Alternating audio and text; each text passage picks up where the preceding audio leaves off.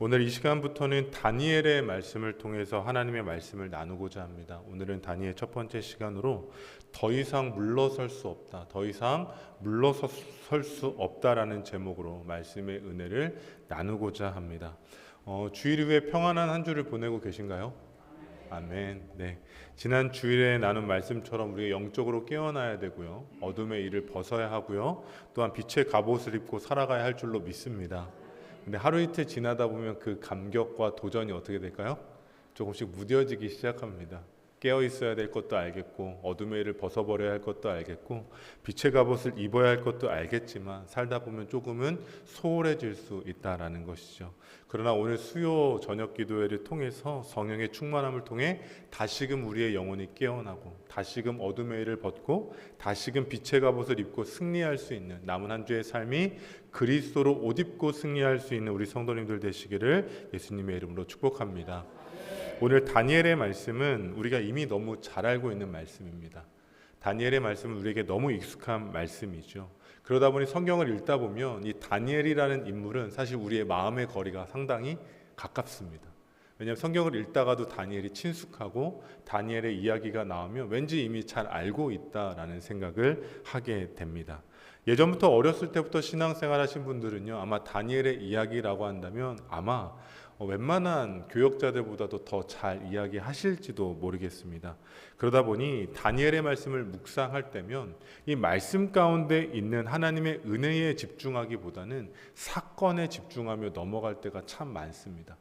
다니엘의 말씀이 우리에게는 사건으로만 기억되고 사건으로만 이야기될 때가 있다라는 거죠. 그러나 우리는 이 시간 다니엘의 말씀을 묵상해 가면서 어떠한 사건 가운데 있었던 기적에 집중하는 것이 아니라 하나님께서 하나님의 사람 다니엘의 인생 가운데 얼마나 큰 은혜를 주셨는지에 대해 묵상하기를 소원합니다. 그리고 다니엘의 신앙이 얼마나 하나님 앞에 아름다운 신앙이었고 그의 인생의 신앙이 얼마나 귀했는지도 우리가 함께 묵상해 보면 좋겠습니다. 우리가 잘 알고 있는 것처럼 다니엘은요, 남유다의 멸망과 함께 바벨론의 포로로부터 시작되는 말씀입니다.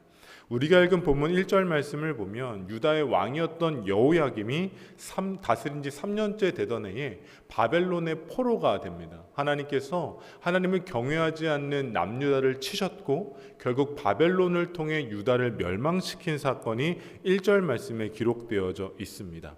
그리고 그 가운데서 수많은 남유다의 백성들이 포로로 끌려갔지만 그 가운데서 유다 민족 중에서 왕족, 그러니까 귀족의 정체성을 가진 다니엘이 오늘 포로로 잡혀갔다라고 성경은 기록하고 있습니다.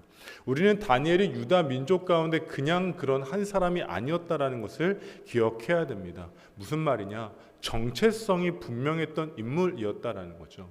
그의 인생은 그냥 유다 민족 가운데 한 사람이 아니라 하나님께서 귀하게 세우셨던 백성 가운데, 왕족 가운데, 귀족 가운데서도 정체성이 분명했던 하나님의 사람입니다.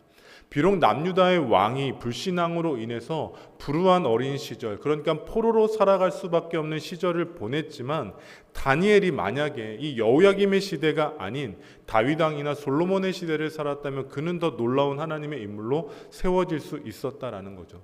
그러나 하나님을 경외하지 않았던 여호야김으로 인해 민족이 고통을 당하게 되고 그 민족이 포로 가운데 잡혀가게 되는 어려움을 경험하게 됐다라는 겁니다. 그리고 하나님께서는 그들을 하나님의 손에서 바벨론의 손에 넘기셨죠.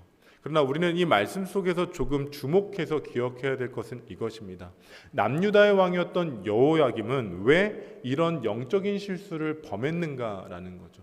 왜 하나님께서 택하시고 하나님께서 세우셨던 남유다라는 민족이 왜 이방 민족이었던 바벨론의 포로가 되었냐라는 겁니다.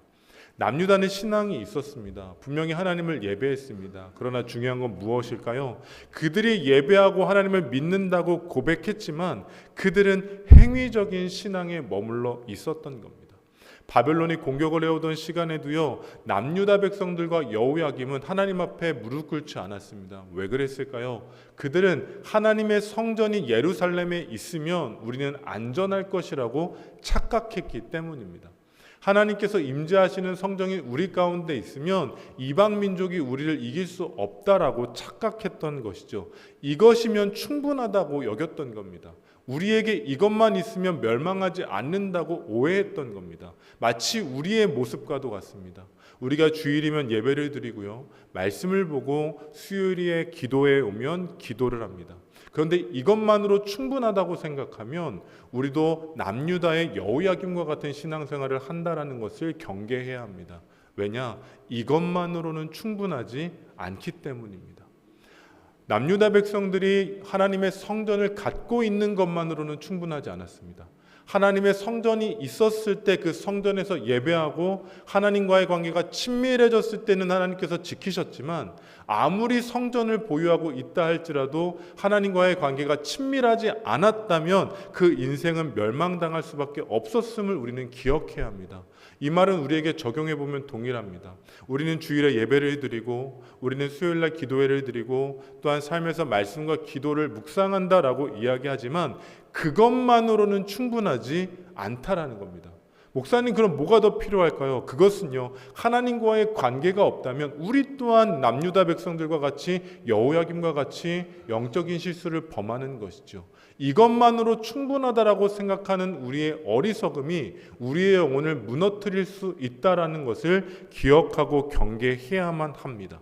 왜요? 하나님 없는 인생은 아무리 종교 활동을 할지라도 충분하지 않기 때문입니다. 하나님 없는 인생은 아무리 주일에 교회에 나온다고 할지라도 그 인생 가운데는 바른 믿음을 소유할 수 없기 때문이라는 것이죠. 그렇게 우리가 종교 생활 가운데 만족하는 것이 아니라 정말로 하나님과 친밀한 교제를 이루어가고 주님과 동행하고 주님과 함께할 수 있는 우리 영등포제일교회 성도님들 되시기를 예수님의 이름으로 축복합니다.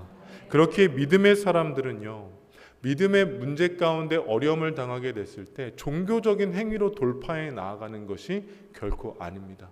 그리스도인이 삶 가운데 문제를 만났을 때 돌파해 나아갈 수 있는 것, 하나님을 향한 바른 믿음으로부터 시작되어진다라는 거죠. 지금까지 내가 수년간 신앙생활을 해왔기 때문에, 내가 모태신앙이기 때문에, 내가 집사이고 권사이고 장로이고 목사이기 때문에 우리가 믿음으로 승리할 수 있는 것이 아니라, 우리가 그리스도인으로서 부르심을 받고 바른 믿음 가운데 세워져 있기에 우리는 믿음으로 승리하게 될 줄로 믿습니다.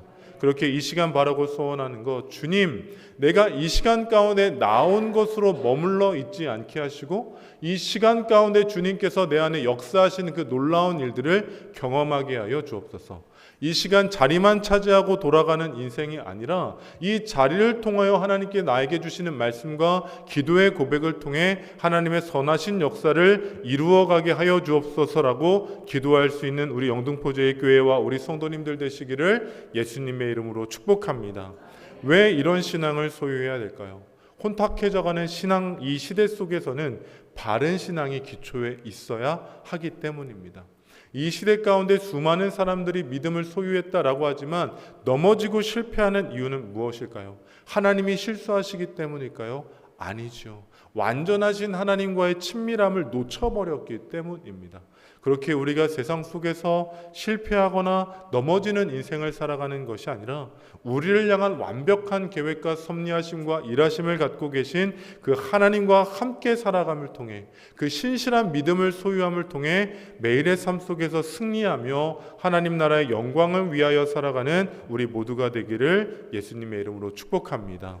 만약 그렇지 않으면 당시의 남유다처럼 넘어지게 되는 것이죠. 계속해서 본문 말씀을 보면 3절로 4절까지 말씀 함께 읽겠습니다. 3절로 4절까지의 말씀입니다. 함께 읽습니다. 왕이 환관장 아스나부나스에게 말하여 이스라엘 자손 중에서 왕족과 귀족 몇 사람 곧 흠이 없고 용모가 아름다우며 모든 지혜를 통찰하며 지식에 통달하며 학문에 익숙하여 왕궁에 설만한 소년을 데려오게 하였고 그들에게 갈대아 사람의 학문과 언어를 가르치게 하였고. 아멘. 바벨론은요, 아무나 포로로 잡았던 것은 아닙니다. 모두 다 포로로 잡기는 했지만 그 중에서도 포로들 중에서도 포로를 선별하는 일들을 거쳤어요. 우리가 읽었던 3절과 4절 말씀을 보면 이스라엘 포로들 중에서도 왕족과 귀족 몇 사람을 구별해서 다시 한번 포로로 삼았습니다. 흠이 없어야 됐고 용모가 아름다워야 됐고 지혜와 지식에 통달하는 사람들을 특별히 구별했다는 거예요. 그게 누구였을까요? 다니엘과 세 친구들이었다는 겁니다. 그냥 단순히 포로들 가운데 몇 사람을 뽑은 것이 아니라 귀족과 왕족들 가운데서도 용모가 아름답고 지혜가 있었던 몇 사람들을 세워서 바벨론화 시켰다라는 거예요. 바벨론화라는 건 뭘까요?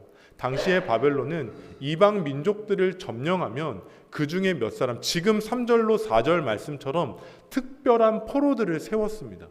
왜냐하면 그 사람들을 세워서 바벨론식 교육을 시키고 바벨론식 이름을 주고 바벨론의 정신교육을 통해서 바벨론화 시킴을 통해 다시 한번 그 나라로 보내서 지도자로 세워서 그 민족들을 다스리기 시작했던 겁니다. 그러니까 포로로 붙잡아 놓고 바벨론화를 시킨 다음에 다시금 그 땅으로 보내서 그 민족을 다스리는 방법을 취했던 게 바벨론의 방식이었습니다. 유다의 포로 중에는 다니엘과 친구들이 그랬던 거죠.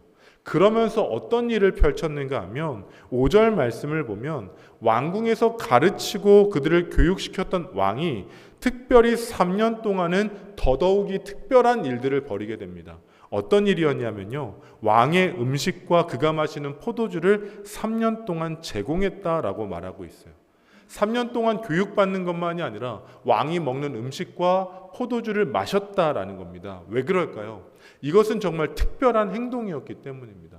왕이 먹던 것을 준다라는 것은요, 귀한 음식이었고 그만큼 인정을 받는다는 거였습니다.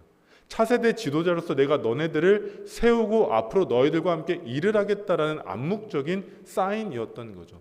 그렇기 때문에 포로로 잡혀갔지만 포로들 중에서도 구별되고 교육을 받고 왕의 음식을 먹는다라는 것은 세상적으로 탁월함으로 앞으로 성공할 수 있는 길 가운데 놓여 있었다라는 것을 의미합니다. 그래서 이 말씀을 보면 다니엘과 세 친구들은요, 아마도 최선을 다해 노력했을 겁니다. 교육을 받고 또한 이름을 바꾸는 사람들, 학문과 언어를 배우는 일들에 있어서 조금도 소홀하지 않았을 거예요. 왜냐하면 그 과정 가운데 최선을 다했기 때문에 5절 말씀은 또 구별했다, 또 지정했다라고 말하고 있죠. 그러니까 구별된 인원들 중에서도 또 지정해서 특별한 왕의 음식을 먹였던 겁니다. 여기서 생각해 볼게요. 다니엘과 하나냐와 미사엘과 아사랴는요, 포로로 잡혀간 그 상황 속에서도 어떻게 했을까요? 최선을 다해서 하루하루를 살아갔다라는 겁니다. 우리는 다니엘의 말씀을 묵상하면서 마치 다니엘이 처음부터 모든 것을 다 거절했다라고 오해하는 경우가 있어요. 마치 다니엘과 세 친구들의 말씀을 보면서 바벨론으로 포로로 끌려갔을 때 다니엘과 세 친구들은 왕의 모든 것을 거부했다라고 그냥 에둘러서 이해하는 경우가 있습니다. 하지만 말씀을 잘 묵상하다 보면요, 다니엘과 세 친구들은 주어진 상황 속에서 최선을 다하는 삶을 살아갔다라는 거예요. 여기서 우리에게 주는 영적인 교훈은 무엇일까요? 세상을 살아가는 우리 또한 다니엘과 세 친구들과 같은 신앙의 모습이 필요하다라는 겁니다. 무슨 말일까요? 주어진 삶의 자리에서 최선을 다하는 것 또한 그리스도인 다음의 삶을 살아가는 겁니다. 마치 그리스도인으로서 세상 가운데 나아갔을 때 세상 속에서 열심히 살아간다는 것, 세상과 타협하는 것이 아니라는 거죠. 세상 가운데 하나님께서 보내셨다면 그 가운데 주어진 사명을 잘 감당하는 것도 그리스도인의 책임을 다하는 것입니다.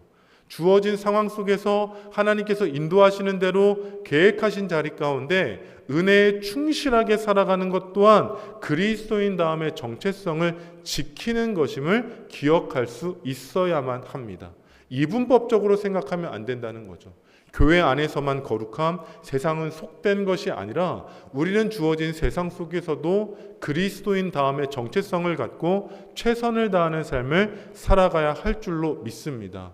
그렇기 때문에 우리는 중보하셔야 되는 거예요.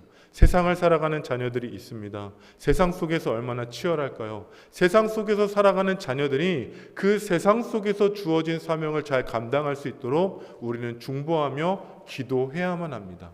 세상 속에서도 뒤처지거나 회피하거나 도망치는 인생으로 살아가는 것이 아니라 주어진 삶의 자리 속에서도 하나님의 영광이 되어질 수 있도록 그들을 위해 중보하며 기도해야 한다는 것이죠. 그런데 많이 하는 실수가 있습니다. 어떤 실수일까요?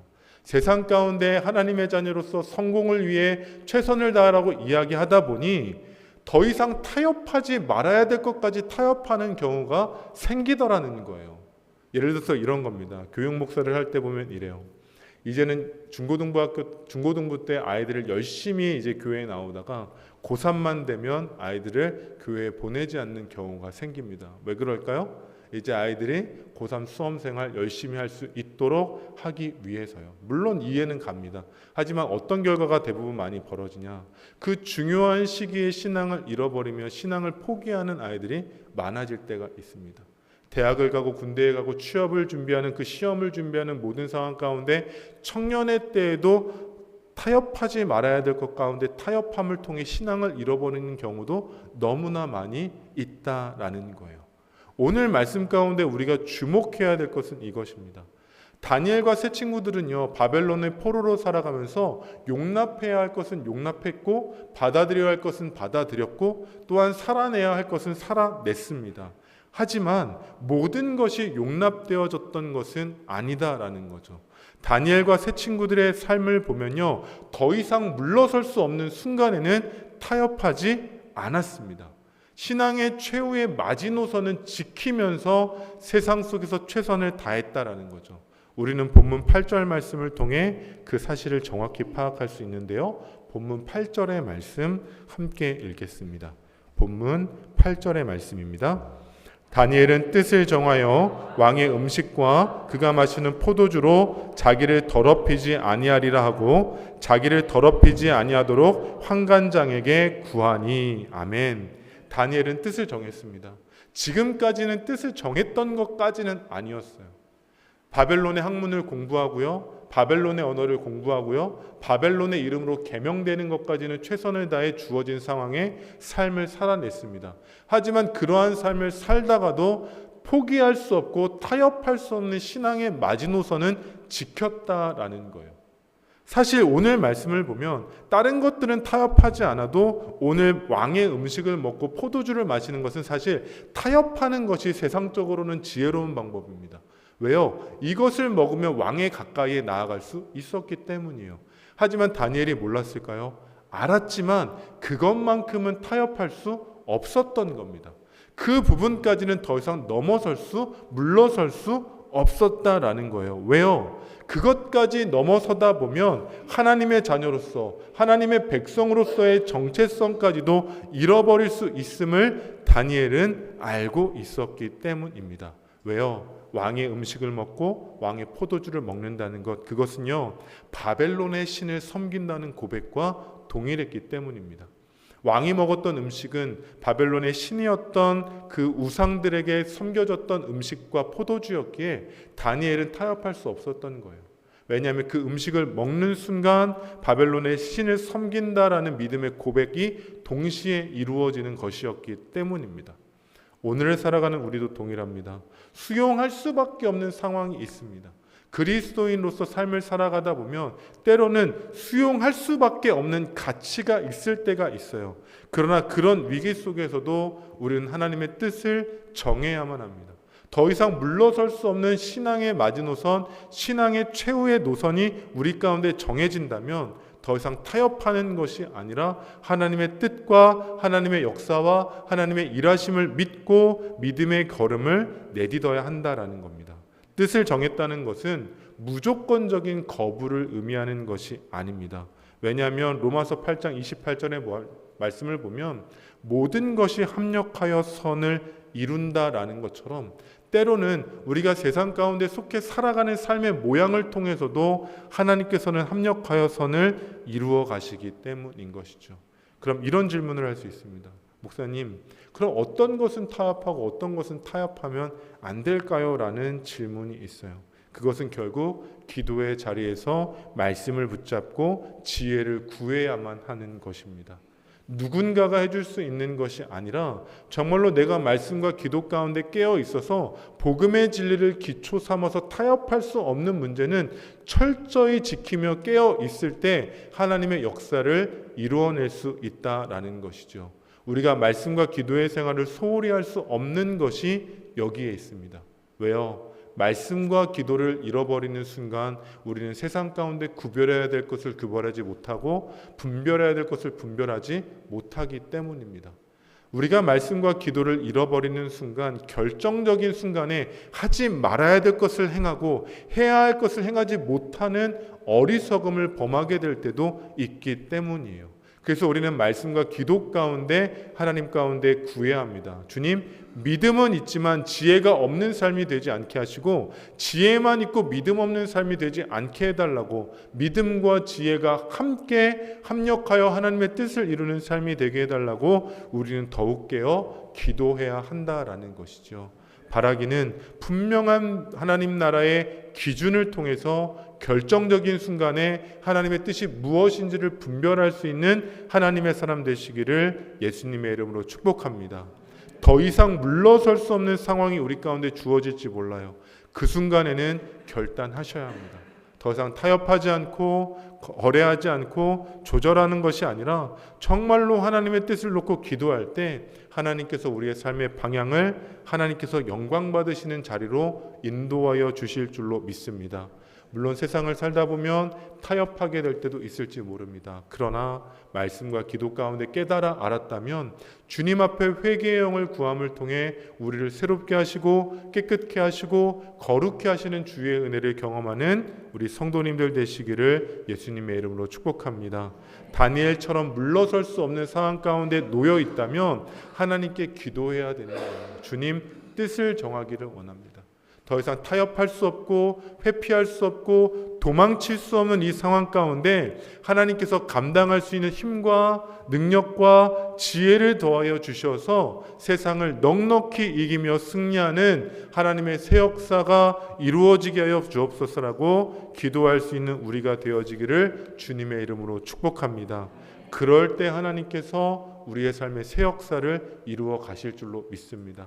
세상과 하나님 사이에서 양쪽을 섬기는 것이 아니라 정말로 세상 속에서도 하나님의 영광을 위해 살아가고 하나님의 영역 속에서도 하나님의 기쁨이 되어질 수 있는 우리 영등포제일교회와 성도님들의 삶이 되시기를 예수님의 이름으로 축복합니다. 생각해 보면 좋겠어요. 어떤 것이냐면요, 내가 정말로 타협하지 말아야 될 것을 타협했던 것은 무엇인가? 정말로 내가 넘어서서는 안 될 것들을 넘어섰던 것들은 무엇인가? 우리는 점검해 보아야만 합니다. 우리가 정말로 주님의 뜻 가운데 하나님의 새 역사를 이루기 위해서는 우리가 넘어서지 말아야 될 것을 넘어서지 않는 결단이 필요한 거예요. 혹시라도 넘어섰다면 하나님 앞에 회개의 영을 구함을 통해 회개할 수 있는, 주님 앞에 거룩함으로 다시 한번 새롭게 세워질 수 있는 주님의 사람 되어지시기를 예수님의 이름으로 축복합니다.